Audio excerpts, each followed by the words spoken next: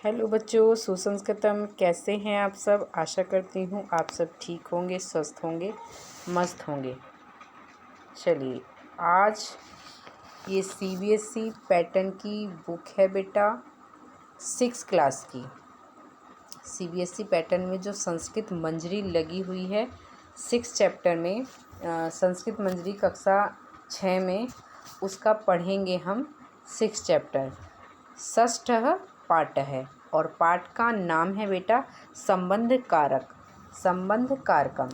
मैंने आपको संस्कृत मंजरी कक्षा 6 की शुरू करवाने से पहले फर्स्ट वीडियो में ही आपको एक तालिका बनवाई थी, जिस तालिका में मैंने पहला कॉलम कारक, विभक्ति और पहचान चिन्ह लिखवाए थे। तो आप विभक्ति लिखेंगे बेटा षष्ठी विभक्ति। वहाँ पहले अपनी नोटबुक खोलेंगे और नोटबुक को खोलने के बाद पीछे जो मैंने आपको लिखवाई थी विभक्ति, उसमें आप खोलेंगे, विभक्ति में लिखेंगे षष्ठी विभक्ति, कारक के नीचे लिखेंगे संबंध कारक, और पहचान जो चिन्ह मैंने लिखवाए हैं उसमें लिखेंगे आप लोग का, की, के। ठीक है, ये हमारे षष्ठी विभक्ति यानी संबंध कारक के पहचान चिन्ह हैं हिंदी वाले। ठीक है, जैसे जैसे मैं आपको चैप्टर नया पढ़ाती जाती हूँ तो मैं आपको साथ के साथ उसकी तालिका कंप्लीट कराती हूँ। एक साथ इसलिए कंप्लीट नहीं कराती हूँ जिससे आप जो आपके चैप्टर हैं, जैसे हमने अपादान नेक्स्ट पिछली वीडियो में जो पढ़ा था वो हमने पढ़ा था अपादान कारक, उससे पहले पढ़ा संप्रदान कारक। इस पूरी पुस्तक में आपकी कारक का ही ज्ञान आपको होना चाहिए, कारक का ही ज्ञान आप लोगों को कराया गया है ऑलमोस्ट सारे चैप्टरों में। ठीक है, तो अब हम आ गए हैं बेटा संबंध कारक पर। ठीक है, तो आज हमारा संबंध कारक है और संबंध कारक का चैप्टर है, उसको हम पढ़ते हैं। संबंध आपको समझ आ गया होगा, जैसे मेरे पिताजी के या मेरे पिताजी का एक बाग है या उपवन है, मतलब बाग का और पिताजी का शब्द जो बीच में आया है उससे हमें पता चल रहा है कि ये संबंध बताया जा रहा है। किसका बाग है, किसका उपवन है? पिताजी का। पिता पुत्र बाजार जा रहे हैं, पिता पुत्र के साथ, यहाँ तो चलिए छोड़िए कर्ण आ जाएगा। ये कोई भी ऐसा सेंटेंस जिसमें का, की शब्दों को लेकर के दो संबंधों में, दो व्यक्तियों में या दो वस्तुओं में संबंध स्थापित किया जाता है, वहाँ हमारा संबंध कारक होता है। ठीक है, चलिए अब हम पढ़ते हैं बेटा चैप्टर। चैप्टर है हमारा पवन है। पवन और अमन दो मित्र हैं, उन दोनों की ही इस चैप्टर में शायद वार्तालाप होगी, वो हम पढ़ेंगे तो हमें समझ आएगा। ठीक है, चलिए।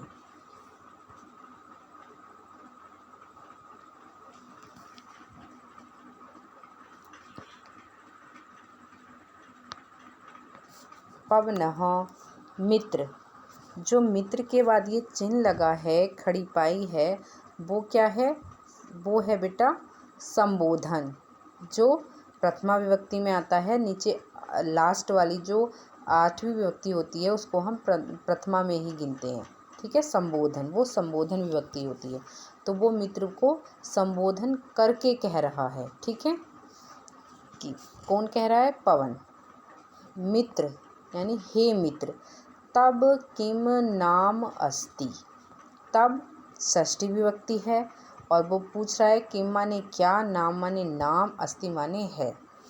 हे मित्र, तब तुम्हारा किम क्या नाम अस्ति है, तुम्हारा नाम, तुम्हारा क्या नाम है। ठीक है, पवन कहता है मित्र को संबोधन करके कि हे मित्र, तब किम नाम अस्ति, तुम्हारा क्या नाम है। अब अमन बोलता है, अमन कहता है मित्र, हे मित्र, क्योंकि हमारा संबोधन विभक्ति का चिन्ह लगा हुआ है तो हम उसको उसका संबोधन करेंगे, उससे कहेंगे जो संबोधन होते हैं उसके चिन्ह होते हैं हे, अरे मित्र, हे मित्र, या आश्चर्य वाली जो चिन्ह होते हैं वो भी सब इसमें इसी विभक्ति में आते हैं, हमारी प्रथमा विभक्ति में। ठीक है, तो अब अमन की बारी आती है। अमन कहता है हे मित्र, मम मेरा नाम अमन अस्ति। पूछा किसने? पवन ने। किससे पूछा? अमन से पूछा कि हे मित्र तब किम नाम अस्ति, तुम्हारा क्या नाम है? अमन कहता है कि हे मित्र मम नाम अमनः अस्ति, मेरा नाम अमन है। फिर पवन बोलता है, कहता है सचिनस्य जनकस्य नाम किम अस्ति। अब पवन कहता है सचिन, कोई किसी बालक का नाम सचिन है। सचिनस्य का जो रूप है यहाँ अस्य लगा हुआ है, सचिनस्य, वो क्या है? वो हमारा षष्ठी विभक्ति है।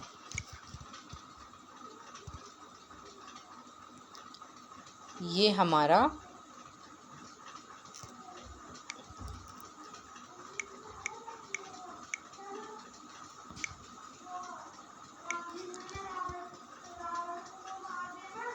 षष्ठी में आ जाएगा। षष्ठी एक वचन, षष्ठी एक वचन। ठीक, जब षष्ठी एक वचन में रूप ये बनेगा, जैसे हमने राम के शब्द रूप याद किए थे रामस्य, तो ऐसे ही क्या बना? सचिनस्य। जनकस्य जनक, जनक मीन्स होता है बेटा पिता, यानी पापा, पिता। जनकस्य माने होता है पिता। तो जनकस्य में भी कौन सी विभक्ति लगी है? हमारी षष्ठी विभक्ति। सचिनस्य जनकस्य नामः किम अस्ति, सचिन के पिता का नाम क्या है? ठीक हो गया।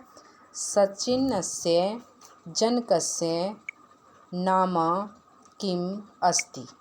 जो पवन है वो कह रहा है कि जो सचिन है उसके पिता का क्या नाम है? अमनः तस्य जनकस्य नाम हरि अस्ति। अमन कहता है तस्य जनकस्य नाम हरि अस्ति। तस्य अमन कह रहा है किससे? पवन से।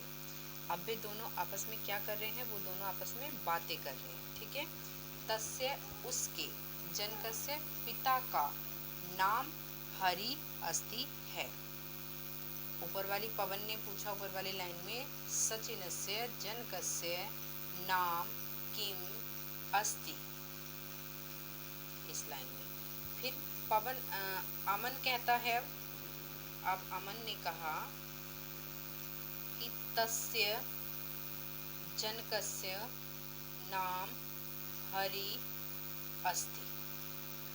तस्य की हिंदी उसके, जनकस्य पिता का, नाम हरि अस्ति, उसके पिता का नाम हरि है। अब पवन कहता है लतायाः जनकः कुत्रः कुत्र निवसति। लतायाः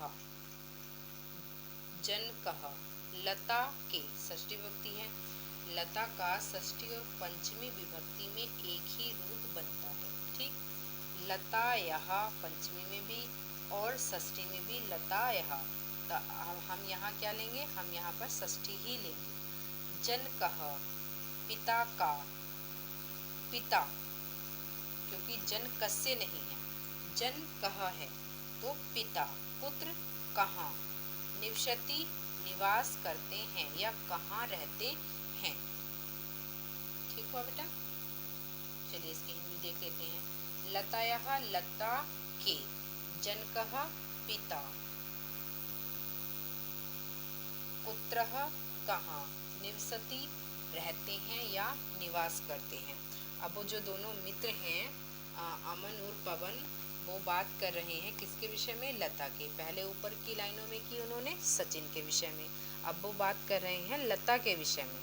तो अमन कहता है, अमनः, अमन की बारी आती है। अमन कहता है तस्याः जनकः इलाहाबाद नगरे निवसति। अमन बता रहा है किसे? पवन को। अमन पवन को बता रहा है कि तस्या उसके, जनकः पिता, इलाहाबाद नगरे, इलाहाबाद नगर में, निवसति रहते हैं। उसके, तस्य जो है हमारा सर्वनाम रूप है और तस्य की हिंदी आप ऊपर ही लिख लेंगे, उसके। ठीक है, उसके। ठीक, और ये हमारा स्त्रीलिंग है, तस्याः। जैसे लतायाः ऐसे ही तस्याः, क्योंकि ये हमारा लता किसके कैसा लिंग है? स्त्रीलिंग। और जनकः में प्रथमा विभक्ति है पिता, जनक के ऊपर हिंदी नोट डाउन करेंगे पिता। इलाहाबाद नगरे, इसमें सप्तमी विभक्ति है, तो इलाहाबाद नगर में निवसति रहते हैं। ठीक हो गया। चलिए,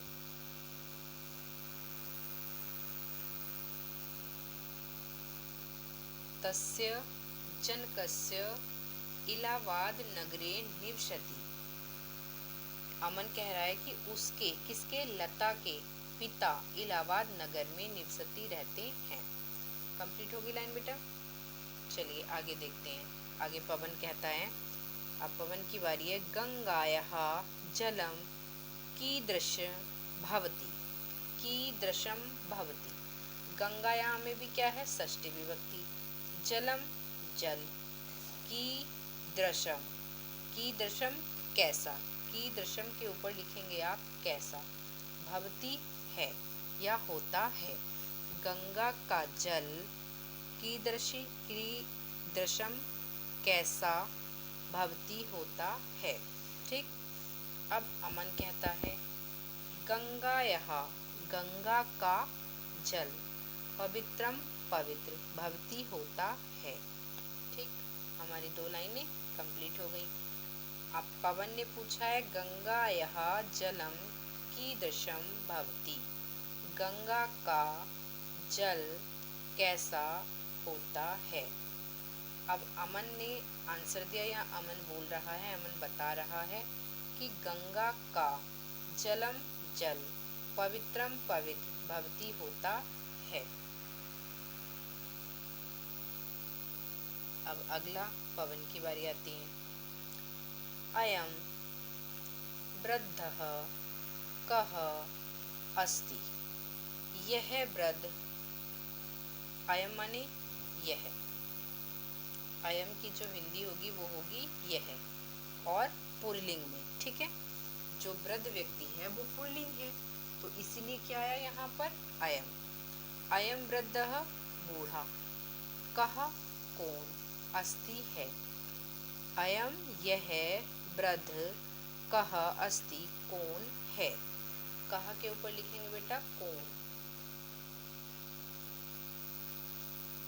ठीक है, कौन लिख देना है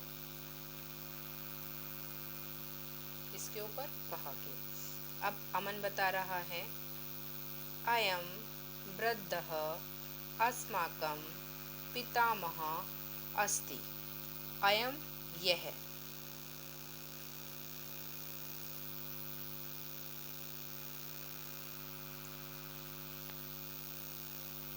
यह वृद्ध अस्माकं हमारे, पितामह दादाजी अस्ति हैं।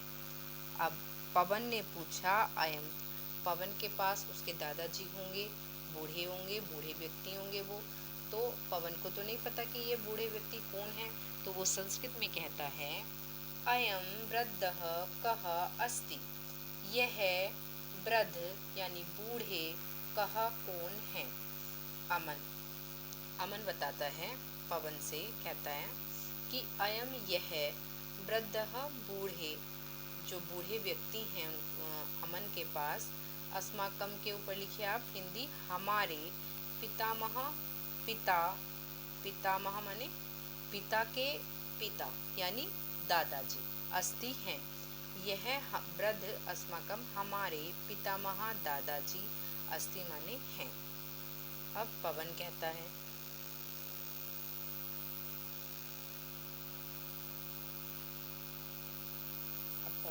है, सत्पुरुषस्य किम लक्षणम। सत्पुरुष यानी जो अच्छे व्यक्ति होते हैं, जो सज्जन व्यक्ति होते हैं, किम लक्षणम उनके क्या लक्षण हैं।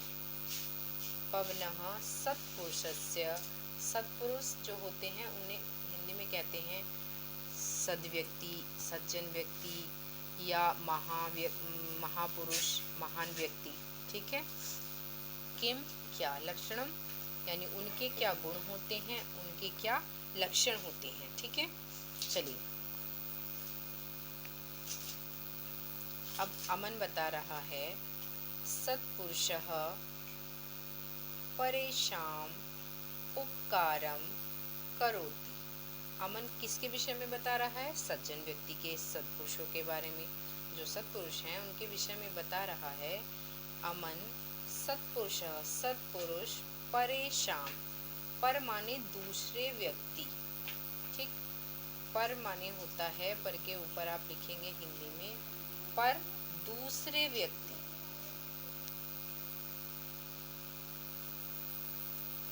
पर के ऊपर आप हिंदी लिखेंगे दूसरे। परेशान दूसरों के, इसमें षष्ठी विभक्ति बहुवचन है। दूसरे के नहीं, ये है परेशान। अगर होता एक वचन तो होता परेशस्य, ये है परेशान। दूसरों के, दूसरों के ऊपर यानी दूसरों का, उपकार यानी उनका काम, बिना किसी स्वार्थ के उपकार जो करते हैं, करोति करने वाले जो होते हैं व्यक्ति, उन्हें हम सत्पुरुष के नाम से जानते हैं। तो इसमें वही आपको हिंदी बताई गई है बेटा। पवन ने पूछा था लक्षण।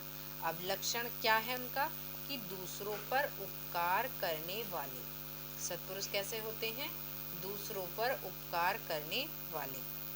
सत्पुरुषः परेषां, दूसरों पर, दूसरों के उपकार, उनके कार्य, उन पर उपकार करने वाले, मतलब मदद करना बिना किसी स्वार्थ के। जब हम किसी व्यक्ति की मदद करते हैं तो वो उपकार माना जाता है। ठीक है, वही उपकार है। तो इस उपकार का अर्थ जो है बेटा वो यही इसीलिए आया है कि निस्वार्थ जब हम किसी का कार्य करते हैं, हम किसी लालच के बिना, और कोई भी किसी भी तरीके का जब हमें स्वार्थ नहीं होता, जब वह काम हम किसी व्यक्ति का करते हैं तो वो काम हमारा उपकार गिना जाता है। ठीक है, तो वह उपकार होता है।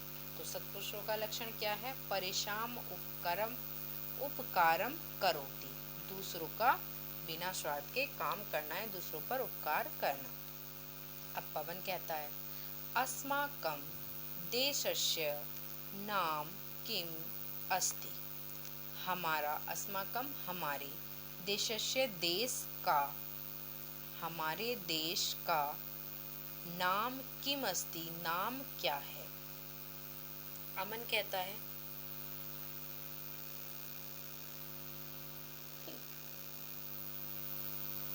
अमन कहता है अस्माकं देशस्य नाम भारतः अस्ति।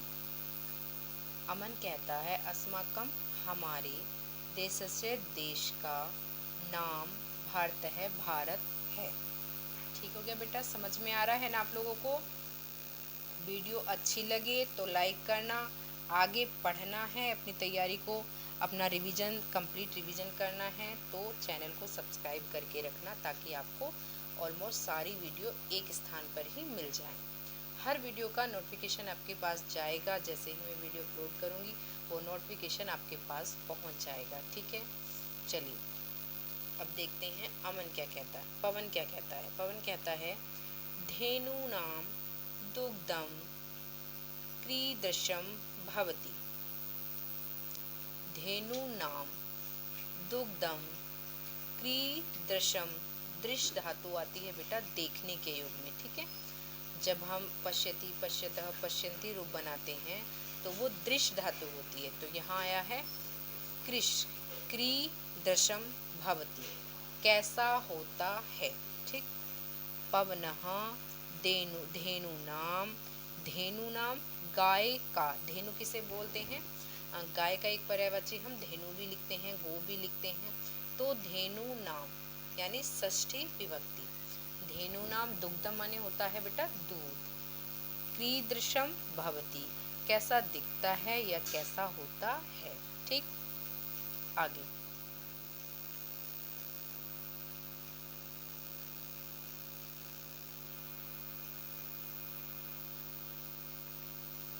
अस्माकम, यहाँ पवन ने क्या पूछा कि धेनु नाम दुग्धम कीदृशम भवति, गाय का दूध कीदृशम कैसा भवति होता है। अब अमन बता रहा है कि गाय के दूध के विषय में बता रहा है कि धेनु नाम गाय का, दुग्धम दूध, स्वास्थ्य के लिए, यहाँ संप्रदान कारक है, चतुर्थी विभक्ति है। ठीक है बेटा, किसमें, इसमें स्वास्थ्य में लिखेंगे स्वास्थ्य के लिए। आप अपनी तालिका एक बार पीछे पेज पलटिए और उस तालिका को खोलकर देखिए कि के लिए जो पहचान चिन्ह मैंने आपको तालिका में लिखवाया है उस कारक का नाम क्या है, उसमें रूप कैसे बनते हैं। चतुर्थी विभक्ति संप्रदान कारक चिन्ह है बेटा उसका के लिए। तो स्वास्थ्याय यानी स्वास्थ्य के लिए, हितकरम हितकारी या लाभप्रद भवती होता है। धेनु नाम षष्ठी विभक्ति, धेनु यानी गाय का दूध, दूध किसका है, गाय का है। तो क्या बताया गया, गाय और दूध में संबंध बताया गया है। ठीक है, धेनु नाम दुग्धम स्वास्थ्याय हितकरम भवति, गाय का दूध स्वास्थ्य के लिए हितकर होता है। ठीक हो गया।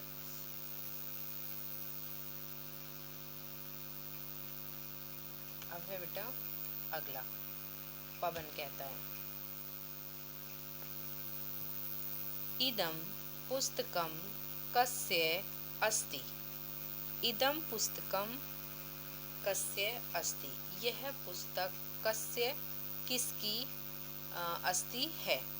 अमन कहता है इदं पुस्तकं रमणस्य अस्ति, यह पुस्तक रमण की है। ठीक, पुस्तक किसकी है, रमण की है। पवन ने कहा इदं पुस्तकं कस्य अस्ति, यह पुस्तक किसकी है। पवन ने कहा था पुस्तक किसकी है और अमन बताता है उसे इदं यह, पुस्तकम पुस्तक, रमणस्य रमण की, अस्ति है रमण की है। तो हमारा चैप्टर कंप्लीट हो गया। ठीक है, इसमें दोनों ने वार्तालाप की। पहली लाइन में किसके विषय में की बेटा, नाम पूछे। पवन ने नाम पूछा, फिर अमन ने अपना नाम बताया, फिर सचिन के पिता का नाम पूछा, अमन ने बताया हरि है। लता को पूछा कि लता कहाँ रहती है, लता इलाहाबाद नगर में रहती है। फिर गंगा के जल के विषय में बात की दोनों ने। फिर वृद्ध व्यक्ति दादाजी को बताया, सत्पुरुष का लक्षण परेशान उपकारम बताया, अस्माकम देश नाम भारत हो गया, धेनु नाम दुग्धम स्वास्थ्य के लिए लाभप्रद, और इदम पुस्तकम कस्य अस्ति रमणस्य अस्ति। ठीक, तो आज का हमारा चैप्टर कंप्लीट हो गया है और ये चैप्टर है हमारा बेटा संबंध कारक से। ठीक, तो संबंध कारक हमारा कंप्लीट हो गया, छठा पार्ट। आगे मैं आपको इसकी एक्सरसाइज नेक्स्ट वीडियो में करा देती हूँ और नेक्स्ट वीडियो में एक्सरसाइज के बाद मैं आपको पढ़ाऊँगी बेटा 7वां लेसन, सप्तम पाठः अधिकरण कारकम। अधिकरण कारक हम उससे भी इसकी एक्सरसाइज करने के बाद पढ़ेंगे नेक्स्ट वीडियो में। और सुभाषतानी कंप्लीट करना है मुझे। ठीक, जब हमारा सुभाषतानी कंप्लीट हो जाएगा तब ये हमारे 8 चैप्टर हो जाएंगे। 8वां चैप्टर आपका सुभाषितानी है। ठीक, तो मैं आपसे उम्मीद कर सकती हूँ कि आपको राम के शब्द रूप याद होंगे, रमा स्त्रीलिंग शब्द रूप याद हो गए होंगे। धातु की वीडियो मैंने बनाई है बेटा, उनको जरूर से देख लेना, ठीक है। और कुछ फलों के नाम, संबंधों को हम क्या कहते हैं, पापा को क्या कहते हैं, जैसे इसमें भी आया एक शब्द जन का, ठीक है। ये रहा, यहाँ देखिए लता के विषय में जब पूछा था, यहाँ षष्ठी विभक्ति लगी है, यहाँ जनकस्य में, ठीक है। तो यहाँ जनकह किसके लिए आया बेटा, आप पिता के लिए। और पितामह आया ये शब्द देखिए दादाजी के लिए।